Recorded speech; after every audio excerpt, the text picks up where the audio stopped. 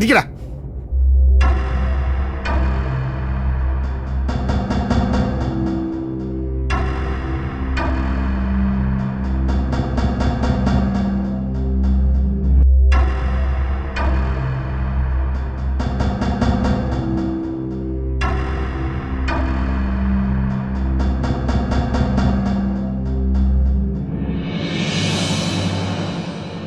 മോനെ ജസ്റ്റിനെ, നീ എൻ്റെ മുമ്പിൽ പറഞ്ഞത് മുഴുവൻ കള്ളമായിരുന്നു എനിക്ക് നന്നായിട്ടറിയാം.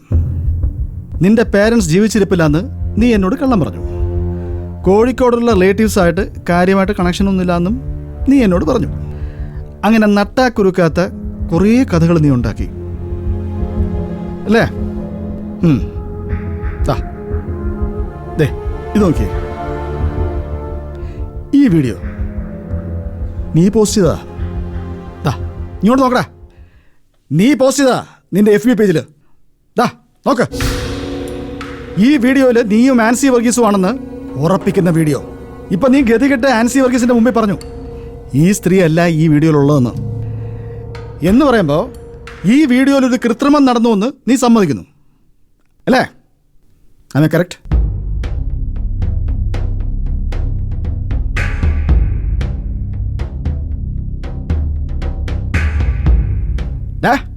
മുഖത്തോട്ട് നോക്കടാ, മുഖത്ത് നോക്കടാ. ഈ വീഡിയോയിലെ ഒറിജിനലായി ഉണ്ടായിരുന്ന ആ സ്ത്രീ ആരാണെന്നൊന്നും ഞാൻ ചോദിക്കില്ല, കാരണം അത് എന്നെ മാന്യതല്ലേ. 2013 ഒരു ഫാഷൻ ഷോയിൽ ആദ്യമായിട്ട് ആൻസി വർഗീസിനെ കണ്ടു എന്ന് നീ എന്നോട് പറഞ്ഞു അല്ലേ? അതിനുള്ള തെളിവ് എൻ്റെ കയ്യിലുണ്ട്, ഈ വീഡിയോയിലുണ്ട്. ആൻസി, ഇനി ചോദിക്കേണ്ടതും അറിയേണ്ടതും ആൻസിയാ. വാ വന്നിരിക്കുക.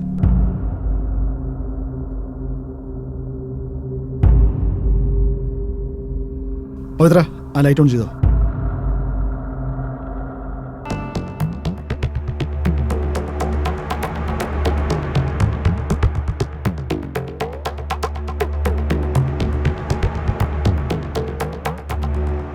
ചോദിക്കാൻ സി.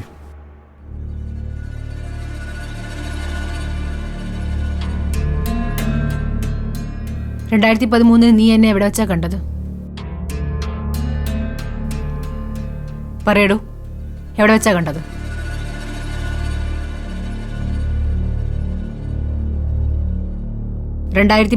ഡിസംബർ 15, 16, 17 ദിവസങ്ങളിൽ എറണാകുളം ലേ മെറിഡിയൻ ഹോട്ടലിൽ വെച്ച് എൻ്റെ പുതിയ ഡിസൈനർ വെയറിൻ്റെ ഒരു പ്രസന്റേഷൻ ഉണ്ടായിരുന്നു, കൂടെ ഫാഷൻ ഷോയും. സാർ, ഇവൻ റിസർച്ച് ചെയ്തിരിക്കുന്നു. ഞാൻ പോയതും അറ്റൻഡ് ചെയ്തതും എല്ലാ ഡേറ്റും ഇവൻ തന്നെ തേടി കണ്ടുപിടിച്ച് വെച്ചിരിക്കുക. ഞാൻ ഈ പറഞ്ഞ കാര്യങ്ങൾ ശരിയല്ലടാ? ശരിയല്ലേ? അതെ. നീ ആ ഫാഷൻ ഷോയിൽ ഉണ്ടായിരുന്നോ? ഇല്ല. പിന്നെ എവിടെയായിരുന്നു? ബാംഗ്ലൂർ ആയിരുന്നു. അവിടെ നീ എന്ത് ചെയ്യായിരുന്നു? ചെറിയ വർക്കിലൊക്കെ ആയിരുന്നു, ആർട്ട് ഫിലിംസ് ഒക്കെ. അല്ല, ഇനി നിനക്ക് കള്ളം പറയാൻ പറ്റില്ല, ഞാൻ സമ്മതിക്കില്ലത്. 2013 ഡിസംബർ 15, 16, 17 തീയതികളിൽ നീ നിന്റെ ഭാര്യ അനുപമ ദേവസ്യം കൊണ്ട് ബാംഗ്ലൂർ മണിപ്പാൽ ഹോസ്പിറ്റലിൽ ഉണ്ടായിരുന്നു. അവരുടെ സെക്കൻഡ് പ്രഗ്നൻസി DN ചെയ്യാൻ. നിന്റെ നിർബന്ധത്തിലല്ല, അവളുടെ ഇഷ്ടപ്രകാരം. അന്ന് നിങ്ങളുടെ മകൾക്ക് 6 വയസ്സ്.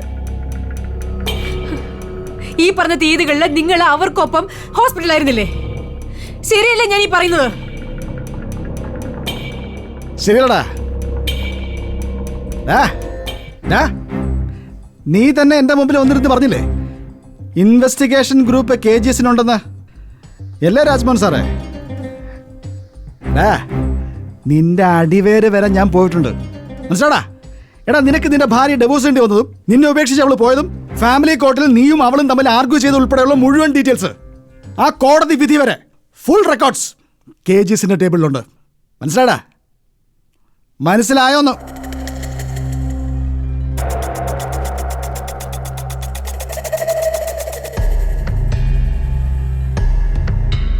ചോദിക്കാൻ സി.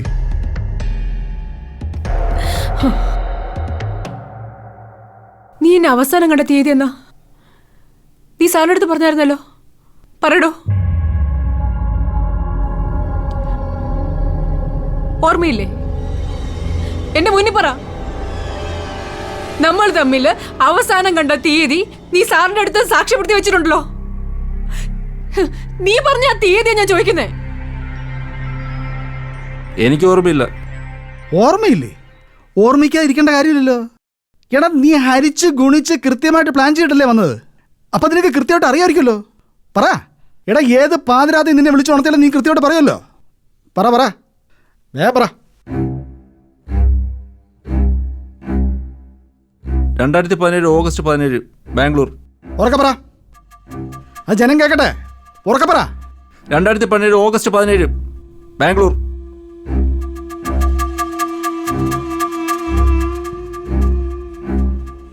ഏത് ഫ്ലൈറ്റിലാണ് ഞാൻ വന്നത്?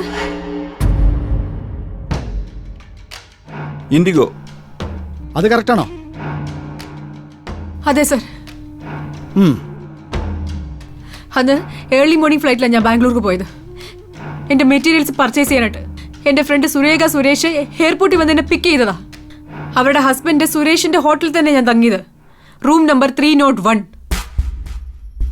എന്റെ പർച്ചേസ് കഴിഞ്ഞ് സുരേഷ് ഫാമിലിക്കൊപ്പം ആ രാത്രി ചെലവഴിച്ചിട്ട് പിറ്റേന്ന് മോർണിംഗ് ഫ്ലൈറ്റിന് അവർ തന്നെ എന്നെ ഡ്രോപ്പ് ചെയ്തതാ.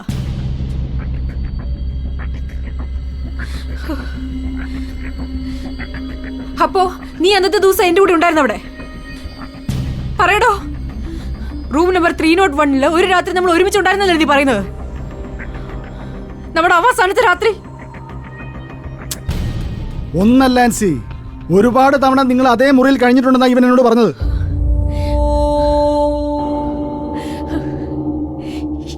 ഇവിടെ സത്യത്തിൽ ആ ദിവസം താൻ എവിടെ ഉണ്ടായിരുന്നു? എവിടെയായിരുന്നു താൻ? എനിക്ക് ഓർമ്മയില്ല. നിനക്ക് ഓർമ്മയില്ലെങ്കിൽ ഞാൻ അങ്ങ് ഓർമ്മിപ്പിക്കട്ടെ. 2017 ഓഗസ്റ്റ് മാസം നീ ഏകദേശം മുഴുവൻ മാസവും 10-12 ദിവസം നീ ബോംബെയിലായിരുന്നു. ചക്രപാണിയുടെ തെലുങ്ക് മൂവിയിൽ നീ ഒരു ജൂനിയർ ആർട്ടിസ്റ്റായിട്ട് അഭിനയിച്ചോണ്ടിരിക്കലായിരുന്നോ? ശരിയല്ലേ ഞാൻ പറയുന്നേ? ശരിയല്ലടാ. എടാ, ശരിയല്ലെന്ന്. അതെ.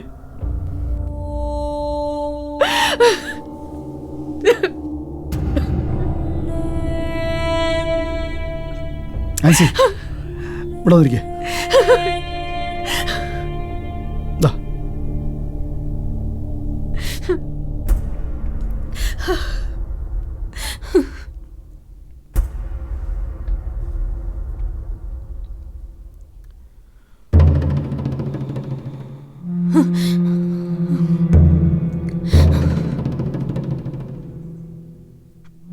അതുകൊട്ടെ, ഈ കൊട്ടേഷൻ നിനക്ക് എത്ര രൂപ കിട്ടും?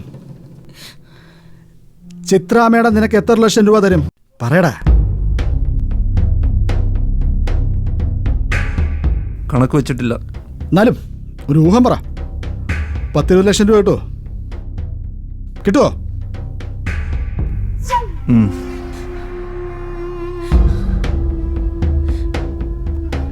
എന്നിട്ടത് മുഴുവൻ കിട്ടിയോ? ഇല്ല. ഇനി അവരത് കിട്ടാൻ പാടാ സാറേ. അവരത് കൊടുക്കോ ഇനി?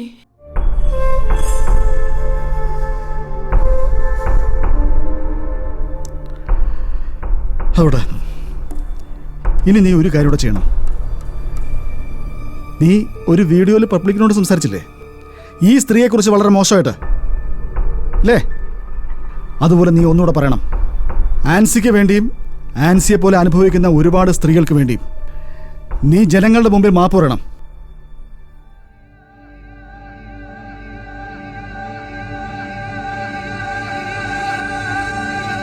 ആൻസിക്ക് വേണ്ടിയും ആൻസിയെ പോലെ അനുഭവിക്കുന്ന ഒരുപാട് സ്ത്രീകൾക്ക് വേണ്ടിയും നീ ജനങ്ങളുടെ മുമ്പിൽ മാപ്പ് പറയണം. നീ അവരെക്കുറിച്ച് വളരെ മോശം പറഞ്ഞില്ലേ? അവരൊരു തെറ്റും ചെയ്യാതെ. തെറ്റ് ചെയ്തത് മുഴുവൻ നീയല്ലേ? അല്ലേ? പറയാൻ പറ്റുമോ നിനക്ക്? പറ്റൂടാ. എടാ, ഒന്നുമില്ലെങ്കിൽ നീ ഒരു കലാകാരനല്ലേ? നീ സിനിമയെ ഭരിക്കാൻ നടക്കല്ലേ? പറയൂ നീ. പറയാം.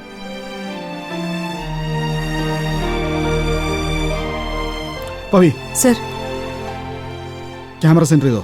Okay sir.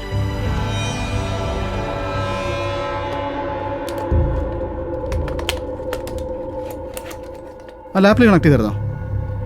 എടുത്തോ. ഈ ലേബർ ഒന്ന് വെച്ചേ. ഈ ലേബൽ വയ്ക്കാൻ.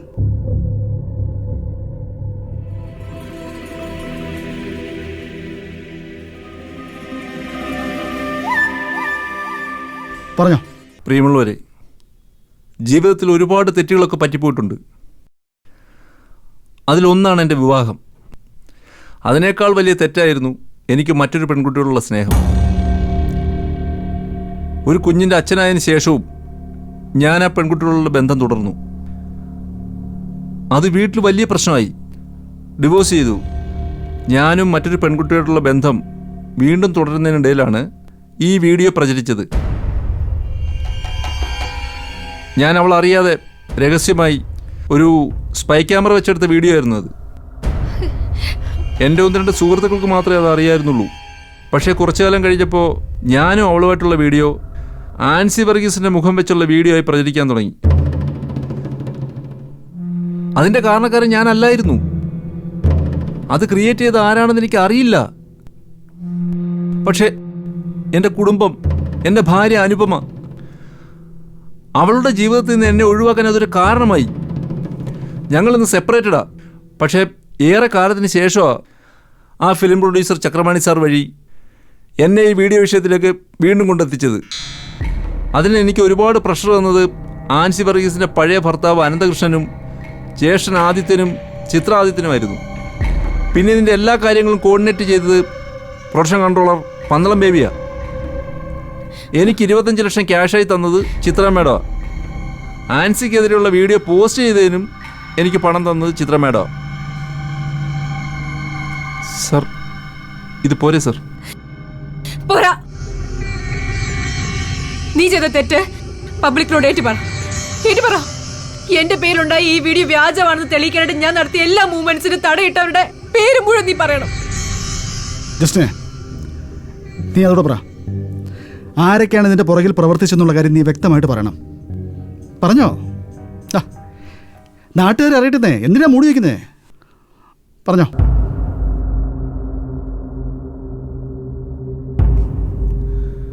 ആൻസി ഞാനുമായിട്ടുള്ള വീഡിയോ വേറെ ആരോ കൃത്രിമമായിട്ട് ഉണ്ടാക്കിയതാ. ആ വീഡിയോയിലുള്ളത് ആൻസി വർഗീസ് അല്ലാന്ന് സ്ഥാപിക്കാൻ ആൻസി വർഗീസ് നടത്തിയ എല്ലാ മൂവ്മെൻറ്റ്സും തടസ്സപ്പെടുത്തിയവർ എൻ്റെ മുമ്പിൽ തന്നെയുണ്ട്. അതിൽ പ്രധാനപ്പെട്ട ആൾ അനന്തകൃഷ്ണൻ, ആദിത്യകൃഷ്ണൻ, ചിത്ര ആദിത്യൻ, ഋഷി, പന്തളം ബേബി തുടങ്ങിയവരാണ്. എനിക്ക് പണം തന്നതും എന്നെ ഇതുവരെ സംരക്ഷിച്ചതോ അവരാ. ആൻസി വർഗീസിനോട് ചെയ്തു പോയ തെറ്റിന് ഞാൻ പബ്ലിക്കിനോട് മാപ്പ് പറയുന്നു. എനിക്കൊരു നല്ല ജീവിതം തിരിച്ചു കിട്ടിയില്ലെങ്കിലും ആൻസിക്ക് അത് കിട്ടട്ടെ എന്ന് ഞാൻ പ്രാർത്ഥിക്കുന്നു.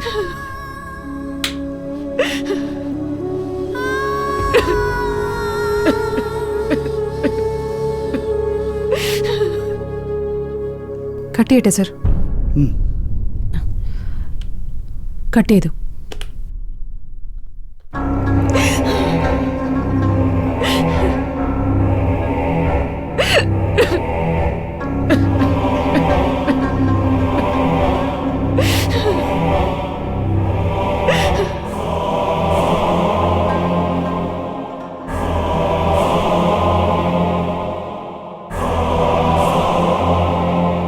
ആ വീഡിയോയിലുള്ളത് നീയും വേറെ ഒരു പെൺകുട്ടിയാ.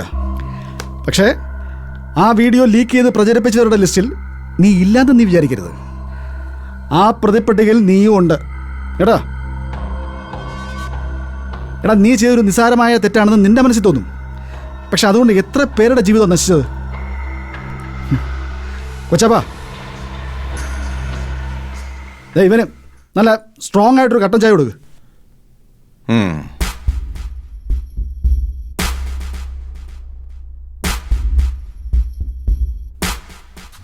നീ കത്തോലിക്കനാണോ, ഓർത്തഡോക്സുകാരനാണോ, അതോ യാക്കോബക്കാരനാണോ?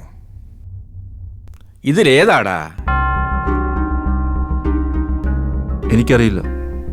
അറിയത്തില്ല. അപ്പൊ നീ ആർക്കാണ്ടോ പിഴച്ചുണ്ടായ സന്തതിയാ അല്ലടാ?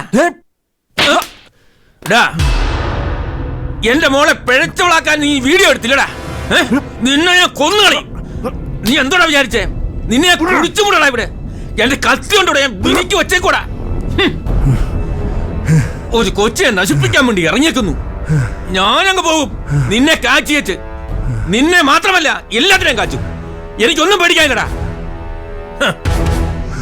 വന്നേക്കുന്നൊരുത്തൻ ഒരു സിനിമാക്കാരനാണ് പോലും.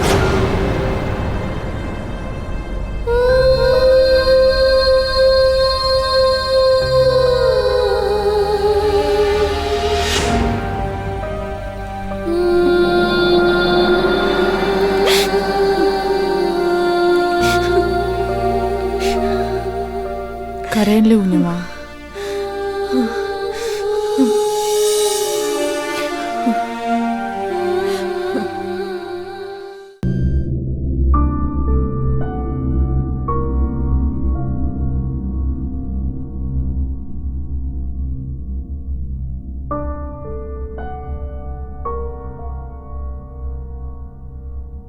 സാറേ, CFSലേക്ക് ഇപ്പൊ തന്നെ നമ്മൾ മെയിൽ അയക്കല്ലേ?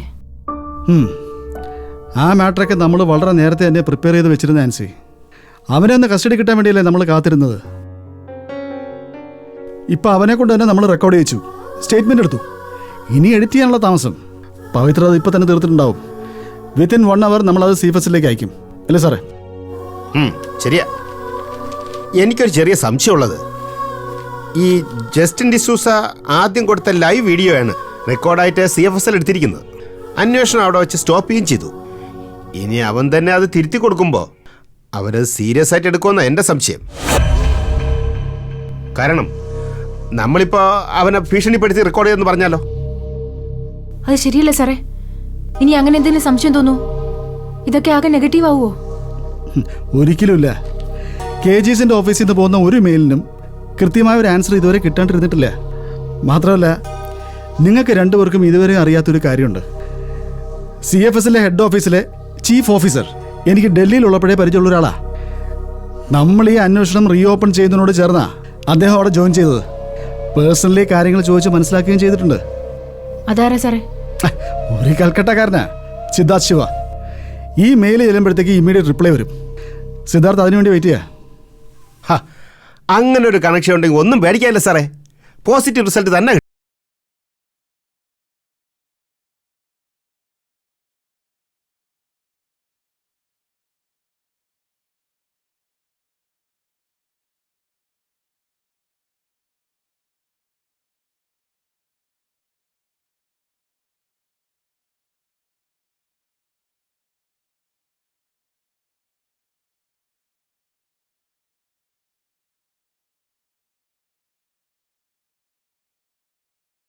വിൻസെൻ്റെ കാര്യം നമ്മൾ എങ്ങനെയാണ് മൂവ് ചെയ്യുന്നത്? സാറൊരു പോലീസ് ഓഫീസറല്ലേ, സാറ് തന്നെ പറഞ്ഞാൽ മതി എന്താ ചെയ്യേണ്ടതെന്ന്. 2 കാര്യങ്ങൾ ചെയ്യാം സാർ. ഒന്നുകിൽ അയാൾക്ക് പോലീസിൽ നേരിട്ട് ഹാജരാവാം, ഇല്ലെങ്കിൽ ഒരു അഡ്വക്കേറ്റ് വഴി. KJ സാറാണല്ലോ റിട്ട് ഫയൽ ചെയ്തിരിക്കുന്നത്. അപ്പോൾ സാറിന് കോടതിയിലോ സ്റ്റേഷനിലോ നേരിട്ട് പ്രസൻറ്റ് ചെയ്യാം. അതെന്ത് വേണമെന്ന് സാറ് തീരുമാനിച്ചാൽ മതി. വിൻസെന്റിനെ കൂട്ടിക്കൊണ്ടുവരാൻ പത്മനാഭൻ പോയിരിക്കുക. അയാൾ വരട്ടെ, അയാളുമായിട്ട് സംസാരിച്ചിട്ട് ബാക്കി കാര്യങ്ങൾ തീരുമാനിക്കാം.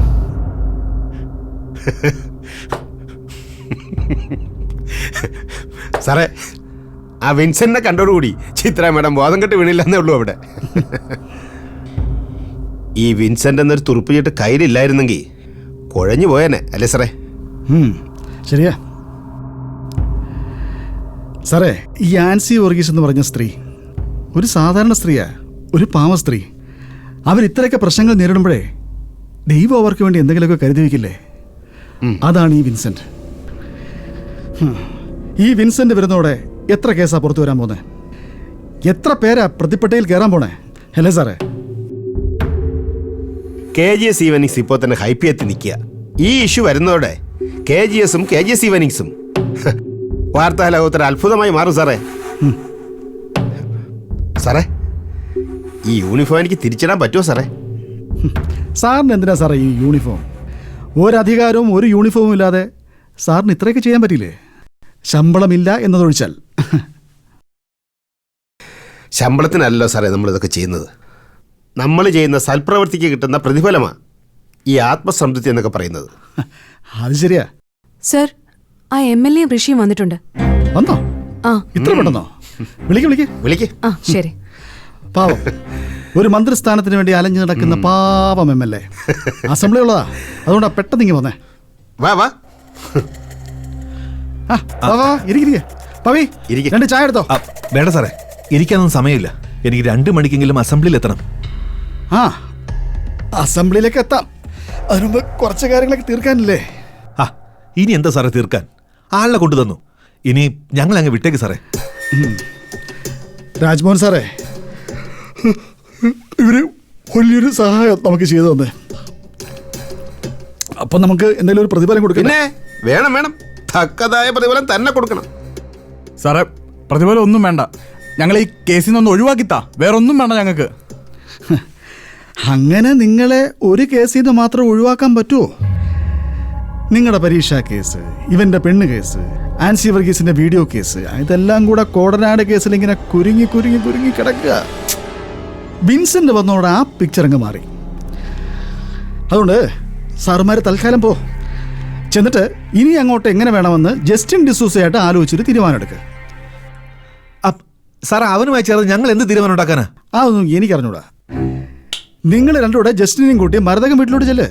അവിടെ എല്ലാവരും ഇല്ലേ? ആനന്ദനുണ്ട്, ആദിത്യനുണ്ട്, ചിത്രയുണ്ട്, പന്തളം ബേബിയുണ്ട്, എല്ലാവരും ഇല്ലേ? ഒരു സൊല്യൂഷൻ അവരെല്ലാവരോടെ ചേർന്ന് നിങ്ങൾക്ക് പറഞ്ഞു തരും. പിന്നെ ഈ ബുദ്ധിമതിയായിട്ടുള്ള അസാധാരണമായിട്ടുള്ള ഒരു സ്ത്രീയല്ലേ ഈ ചിത്ര ആദിത്യൻ, അവരുടെ ഉണ്ടാവും സൊല്യൂഷൻ, പറഞ്ഞുതരും. 2 പേരോട് അങ്ങോട്ട് ചെല്ല്, ചെല്ല്. സാർ, ഇത് ചീറ്റിംഗ് ആണ് കേട്ടോ. ഞങ്ങളെ കൊണ്ട് എല്ലാം ചെയ്യിച്ചിട്ട് അങ്ങോട്ട് തള്ളിവിടുകയാണ് വീണ്ടും. പിന്നെ ഞാൻ എന്താടാ ചെയ്യണ്ടേ? ആയിരക്കണക്കിന് പിള്ളേരെ രാത്രിയും പകലും ഇല്ലാതെ ഊണും ഉറക്കമില്ലാതെ കഷ്ടപ്പെട്ട് പഠിച്ചതാ. അവരെയൊക്കെ വെട്ടിമാറ്റിയിട്ട് നീയൊക്കെ 1-2 റാങ്ക് വാങ്ങിയമാരായി. നാളെ നീ ചിലപ്പോൾ വിദ്യാഭ്യാസ വകുപ്പ് ഭരിക്കുന്ന മന്ത്രി വരാവും. അതിനുള്ള വകുപ്പ് ഞാനായിട്ടുണ്ടാക്കത്തില്ല. നിന്നെ പോലുള്ളവരെ കടക്കലെ വെട്ടണം, നാടിന്റെ നന്മയ്ക്കായി. സാറേ പറഞ്ഞിടുമാരെ, ഒരുമാതിരി കോപ്പിലെ പരിപാടി കാണിക്കുന്നത് 2 പേരുടെ. തോന്നിസം കാണിക്കുന്നു. നിന്റെയൊക്കെ എല്ലാവന്റെയും ഫയല് KJ സാറിന്റെ മേശപ്പുറത്തുണ്ട്. ഇറങ്ങടാ വെളിയിൽ, ഇറങ്ങ. നിങ്ങളൊരു MLA കളിക്കുന്നത് കേട്ടോ. ഇയാൾ വല്ല മിടുക്കനാവില്ല കേട്ടോ. ഒരുപാട് കളിച്ചിട്ടാ സാറേ ഇതുവരെ എത്തിയത്. ഒരു മണ്ഡലത്തിലെ മുഴുവൻ ജനങ്ങളുടെ സപ്പോർട്ട് ഉണ്ട് എനിക്ക്. ഭരണകക്ഷിയുടെ MLA ഞാൻ. എനിക്കും ചിലതൊക്കെ ചെയ്യാൻ പറ്റും. ഞാൻ വെറുതെ വിടത്തില്ല. നോക്കിക്കോ താൻ. ഇറങ്ങടാ വെളിയിൽ, നോക്കിക്കോ സാർ. ഇറങ്ങടാ അങ്ങോട്ടെ, കാണിച്ചു ഞാൻ.